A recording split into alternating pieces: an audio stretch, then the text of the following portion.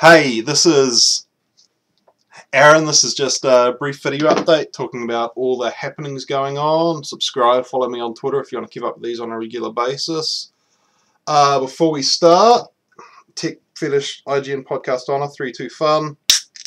I know it's not Fresca, it's Pepsi Max, but that's all I have and I'm going with it. Oh, gas. Pardon me. Oh, it's fizzy. Anyway, what's recently been going on? I've been pushing content to my IGN, because that's the difference between getting 10 viewers and 0. A few little weeks, I don't know if it's a week ago or not, but I did the 8.0 is not enough article that really got a big discussion going on. I didn't mean to offend anyone, you know, I'm not a flame war, it's just something I don't normally get that much traction on my articles. So anyway, that was interesting. What else? I did a fluff piece about Power Rangers, looking at it's 20 years since Power Rangers aired. A lot of people remember eating Fruit Loops Saturday mornings watching Mighty Morphin Power Rangers. Article goes back through the history of it and brings up some interesting points. And see if you could check out the 20th anniversary season today.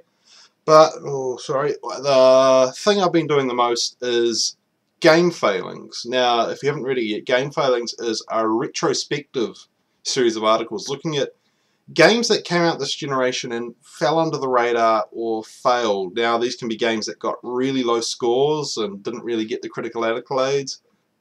Excuse me, that Pepsi Max is really kicking in. Games that sold very poorly, didn't really get the sales and therefore were abandoned by the publishers and developers. Or even games that maybe sold well and reviewed okay but just didn't really stay up to date among the fans and the games and didn't really build traction. So far I've done 4 games there. The Blob 2, highly recommend to check it out. But even lesser games like Fuel here. A lot of people don't know this. The biggest open world in a console game ever. It goes on forever.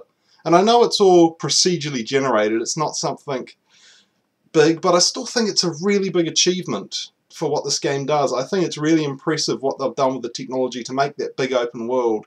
Things do fall apart, like the driving isn't great. A lot of the game isn't very good. The AI for the racing is all that. It is a bit broken, but I still think it's an achievement that deserves recognition, and looking back at it, you know, it's good for that. It's interesting. I hope people find it interesting, of course. Ideally, I'd very much like to get Game Failings picked up as a column by somewhere. And I'm not stuck with the name Game Failings. Feel free to change that. I'd just like to get... I think with these retrospective pieces, there's a tremendous opportunity for interaction and discussion with the community, because unlike a review which is published a week before the game's out, a lot of people have played these games and can comment on it, and I think that could build a really great discussion around it, really engage the community, because they can offer their opinions with much stronger ground than you can after a review, and after a review a game generally tends to not get much coverage, which is a shame. I'd really love Game Failings to take off. I know I'm just a novice little writer, but I'd so love to have it on a regular basis, have it on somewhere where there is a big enough audience to catch on. I know I'm pitching in this little ditty video, but if you'd like, I mean, I'm happy to take it anywhere. I just really want to be able to engage the community. Tweet me up, message me here on YouTube or on Twitter.